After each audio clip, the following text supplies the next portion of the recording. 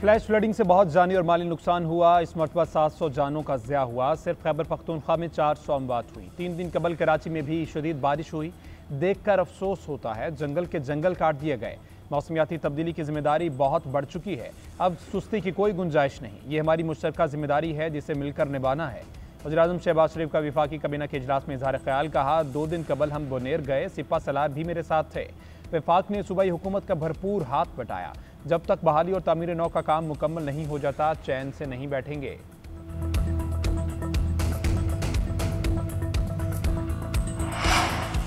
Chairman Tehreek Insaf barrister Gauhar की अवाम से सैलाब ज़दगान की मदद के लिए appeal. Social media website x पर पत्थरों तले तबाहशुदा कार की तस्वीर शेयर कर दी। पोस्ट में लिखा, गुज़िश्ता जुमे बुनेर में आने वाले सैलाब की ये तस्वीर तबाही की दास्तान सुना रही है। हम बुनेर के अवाम के लिए नई जिंदगी की तामीर के लिए कोशिशें कर रहे हैं। अवाम से अपील है, बुनेर के अवाम को तन्हा ना छोड़ें और हमारी मदद करें।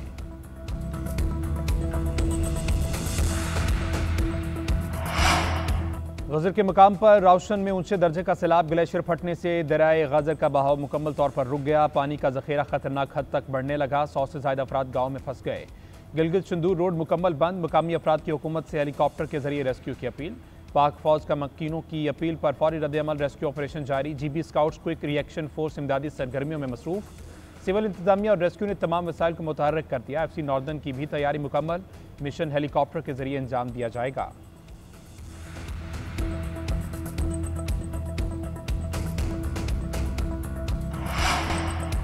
अमरीकी वज़ीर ख़ारजा का दौरा पाकिस्तान अभी शेड्यूल नहीं हुआ। कल 2 रोज़ा दौरे पर बांग्लादेश जा रहा हूँ। इसका मकसद पाक बांग्लादेश ताल्लुकात को मज़ीद करीब लाना है। नायब वज़ीर-ए-आज़म इस्हाक़ डार की सीनियर सहाफ़ियों से गुफ्तगू। कहा, पाक भारत जंगबंदी पर अमल जारी है।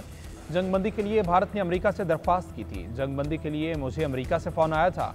मैंने वाज़ेह किया था, पाकिस्तान जंग चाहता ही नहीं था। कहा था, अगर न्यूट्रल मकाम पर मीटिंग होगी तो कर लेंगे। वाज़ेह किया था कि भारत के साथ किसी एक निकाती एजेंडे पर बात नहीं होगी।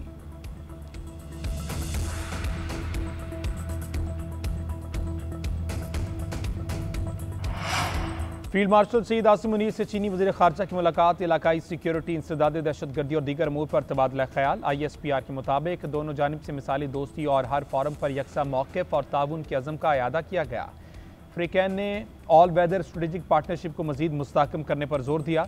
इलाकाई और बैनुल अक़वामी फोरम्स पर ताउन को बढ़ाने के अज़म का अयादा किया। आर्मी चीफ ने चीन की मुसलसल हिमायत पर इज़हार तशक्कुर किया। चीनी वज़ीर ख़ारजा वांग यी का दौरा पाकिस्तान मुकम्मल करके वापस चले गए।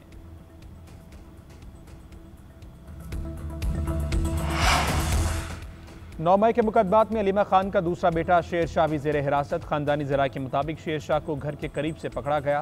पहले से गिरफ्तार शेर शाह का 8 रोज़ा जिस्मानी रिमांड मंजूर कर लिया गया। अलीमा खान का कहना है, बानी PTI को कल 8 मुकदमात में ज़मानत मिली।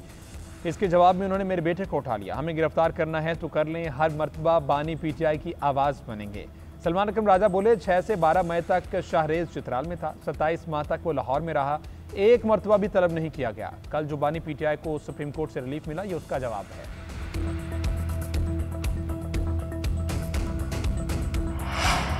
लाहौर के मुख्तलिफ इलाकों में मूसलाधार बारिश, मौसम खुशगवार। Kalma Chowk, Ferozepur road, Nasirabad, Liberty, Kot Lakhpat, Peco road पर बादल खुलकर बरसे।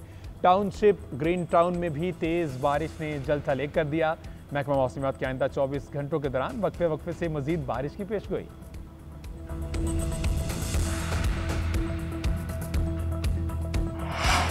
₹40,000 की कोहिस्तान स्कैंडल में गिरफ्तार 5 मुलजमान अदालत में पेश। 5 मुलजमान को 5 रोज़ा जिस्मानी रिमांड पर नैब के हवाले कर दिया गया। नैब तफ्तीशी अफसर ने कहा कि मुलजमान की कोहिस्तान स्कैंडल में बैंक अकाउंट्स में अरबों रुपए की ट्रांजैक्शन की गई। मुलजमान के मजीद अकाउंट्स और असासों का सुराग मिल चुका है।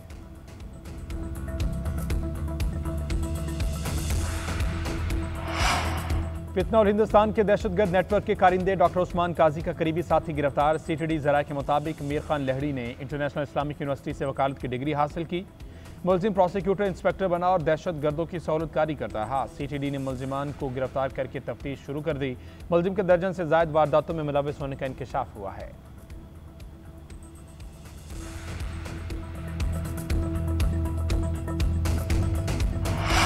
और जनूबी कोरिया में एशियन थ्रोइंग चैंपियनशिप के मुकाबले पाकिस्तान को पहला मेडल मिल गया। यासिर सुल्तान ने जैवलिन थ्रो में पाकिस्तान के लिए कांसे का तमगा जीत लिया।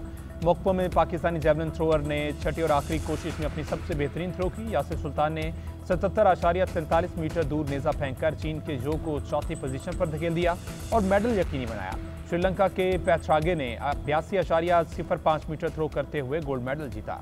जापान के नागायोमा 78.60 मीटर थ्रो के साथ सिल्वर मेडल के हकदार ठहरे।